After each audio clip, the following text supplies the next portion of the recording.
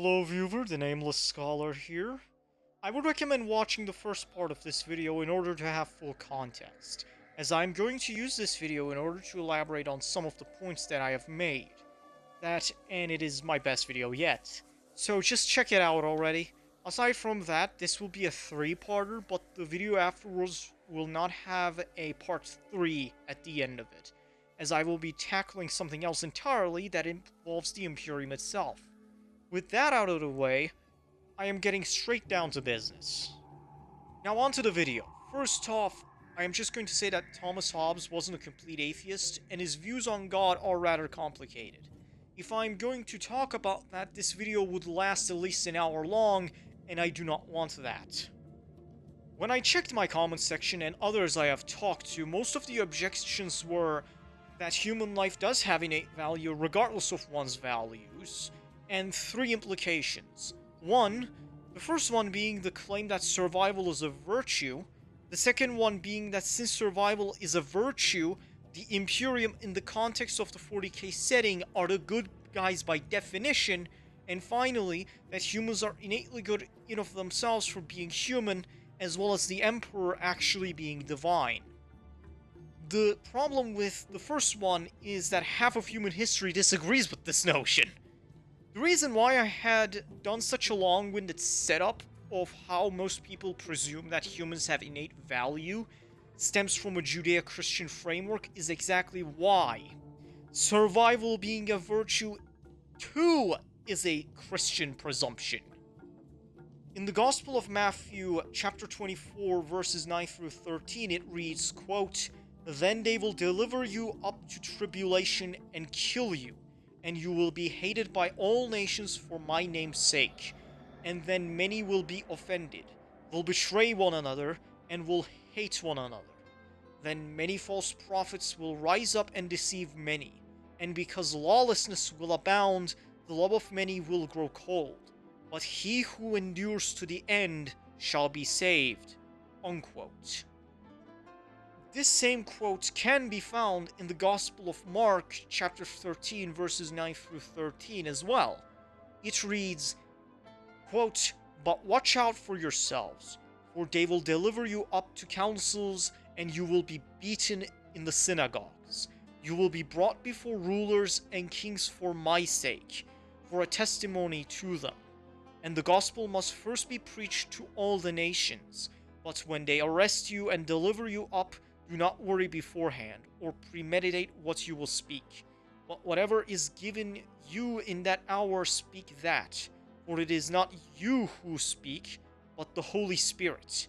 Now brother will betray brother to death, and a father his child, and children will rise up against parents, and cause them to be put to death. And you will be hated by all for my name's sake.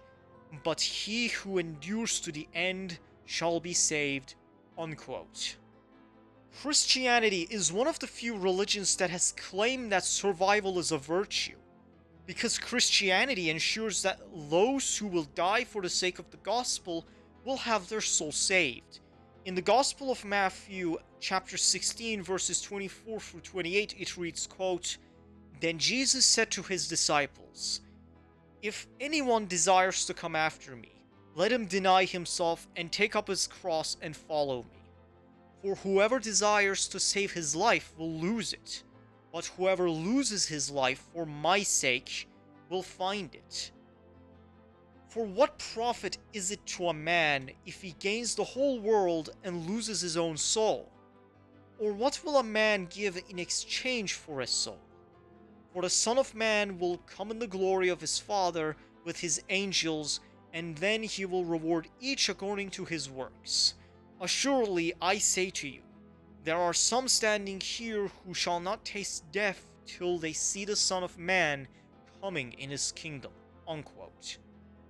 So, this is the origin of the presumption that survival being a virtue comes from. Because the logos of the modern world, especially what we call Western civilization, is not strictly Christian, but it borrows all of its presumptions from Christian logos. We can see this in, for example, Harry Potter, where the titular character is a secular messiah, and the entire series borrows from Christian telos regarding how love is the most powerful force in all of the universe, and how it will eventually triumph over evil. These are all Christian presumptions with a mixture of post-World War II mythos. So, to apply Christian logos to 40k is stupid, because 40k has a completely different ethos, logos, and telos than our world.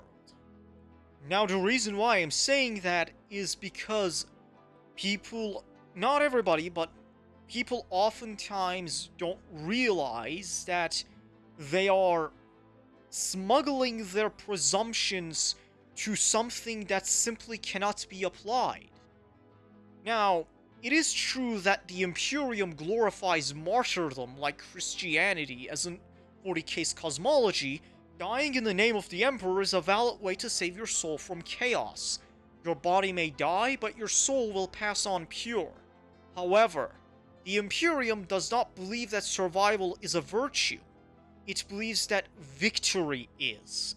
Because one of the Imperial quotes of the day is, quote, "Victory needs no explanation. Defeat allows none." Which means the Imperium values victory over survival. I mean, just look at the Imperial Guard and their tactics. So, it's just like all the civilizations before the Axial Age, because if it does not win, it will die anyways. So the Imperium pretty much says, power comes from the barrel of a bolt gun. So, back to the Bible for a moment. The reason why I am saying this is that the Romans believed that might made right, and that victory was immediate worldly gain. That whoever won deserved to rule the world. Guess what? The Jews also agreed to that. The Pharisees and the Sadducees hated Jesus of Nazareth because not only did he claim to be their God in human form, but also the Jews at the time wanted the Messiah to be a conqueror that would put Rome to the sword, restore Israel to its former glory forever, and saving them from the wages of sin that way. Instead, what they got was the epitome of a loser. A low-life carpenter that hung out with the dregs of society such as whores and tax collectors, and dared to claim himself to be Yahweh. It's why they wanted him dead in the first place. And because of 40k's cosmology, the Imperium has completely different logos, ethos, and telos than ours. They can call themselves good all they want, but just because you are fighting something ontologically evil doesn't make you ontologically good by definition. Especially not when the most extreme emotions of sapient life is what forms those ontologically evil entities in the first place. Now, this leads to my next point, that humans are innately good. As you know from my previous video, I have a very cynical view of human nature. I believe that humans are greedy, self-interested, and for the most part, do not seek greatness, but instead seek a shepherd, a strong man to feed them, protect them, and tell them how to think and what to think, to abdicate responsibility to this leader, as well as to the group, so they can live and die comfortably at the cost of mediocrity and inertia. Furthermore, humans are morally bankrupt animals, for they can discern between good and evil, but only chooses good when it suits them. A being that can discern between good and evil has greater moral responsibility. So if humans can discern between good and evil and only choose good when it suits them, the best thing to ask is, what is a man? A miserable little pile of secrets! Now, being more culpable is what allows humans to do genuine good deeds, as well as the greatest of atrocities. However, this moral bankruptcy and genuine righteousness do not cancel one another. In fact, they need one another in order for what we call good to mean something. Without the genuine capacity for evil, good has no meaning and there is only inertia. However, since we are unable to be perfect, the most likely reality is not that humans are innately good and only needs to be civilized and educated, but rather humans are deeply flawed, irrational creatures that act according to their self-interest and beliefs. Furthermore, if humans were not flawed beings, then war would not have been an inseparable part of the human condition. And applying that to 40k, chaos makes a whole lot more sense now. The Emperor, for example, didn't necessarily believe that humans were perfectible, but he believed that through the Imperial truth, his own secular dogma, that he could have starved the Chaos Gods by essentially educating humanity to abandon all religion and faith as superstition. Look how that turned out. That, and Lorgar Aurelian was right, and humans have a basic need to believe in something greater than themselves, but that is a video for another time, hint hint. Speaking of Lorgar, let's talk about the Imperium's relationship with human life, the Lectitio Divinitatis, and its validity. The reason why I had that entire monologue from Dark Souls 2 with Aldia is because although it is necessary for the Imperium to believe in the Lectitio Divinitatis, it is still a lie, as I do not believe that the Emperor was at least always a divine being. I subscribe to the Imperial Fist's notion of the Emperor's nature. The Imperial Fists and most of the Sons of Dorn, save for the exceptions the like of the Black Templars, don't worship the Emperor as a god. They believe that the Emperor of mankind is the greatest man who has ever lived. But what is a god in the context of 40k? A very powerful being? Does every powerful being deserve to be worshipped? You should, from the Chaos Gods, understand that no. Especially considering that the Chaos Gods are ontologically evil. I mean, let's look at the others as well. Gork and Mork? Anyone that is not an orc gets nothing from worshipping those two. The Eldar Pantheon? They are all dead except Isha, whom is in a cage located in Nurgle's Manor, forever forgotten and left to rot by GW, no pun intended. Cain is shattered into many pieces and his avatars are punching bags that GW uses to show how powerful their new models are, and the only competent one is Chegorak, and you'd probably just get laughed at and get trapped in your own mind by a Shadow Seer. The Catan? Well, ask the Necrons what happened last time they worshipped them. Oh wait, they are also shattered into many pieces. So you might say, see, the worship of the Emperor is necessary for the survival of humanity. Yes, and just because something is necessary doesn't make it morally virtuous. What about necessary evil? And if you try to pull the utilitarian card on me, or that saying that it's not evil, and that if it was, you'd rather let humanity die, for the first one, does that sound like a system that unconditionally values the life of humanity, or sees humans as a statistic at best, or tools to be used, abused, and then discarded like trash when they are no longer useful, at worst? Considering my views on human nature, it is always the latter. And for the second ones, not making a choice is a moral failing of the highest order. Those who abdicate responsibility are evil, if not more evil, as those who do evil at least do something. For inaction is apathy, and apathy is death. If the Imperial Creed is necessary for the survival of humanity, do not try to hero wash it for whatever purpose you have and accept that it is necessary. Just because something is necessary doesn't mean it is objectively correct or morally virtuous. A god in 40k is a being that can feed on the excessive emotions, souls, and the worship of sapience. That's how the Emperor became a god later after 10 millennia of worship, because humanity believed that he was a god for such a long period of time. Lorgar almost genuinely argued in the Lectitio Divinitatis that the Emperor was always a divine being. But is that really true? Does a god have to be perfect?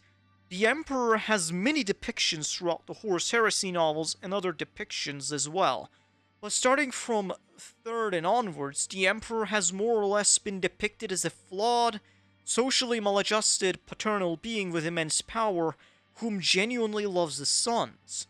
In the terms of being a deity, this makes him much closer to Odin from Norse mythology, as the Allfather was also an imperfect being.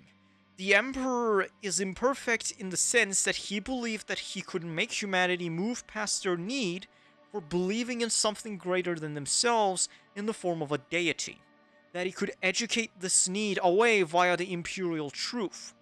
But the Horus Heresy happened, he was mortally wounded, and he was forever deified. For me, such an imperfect being is not a god.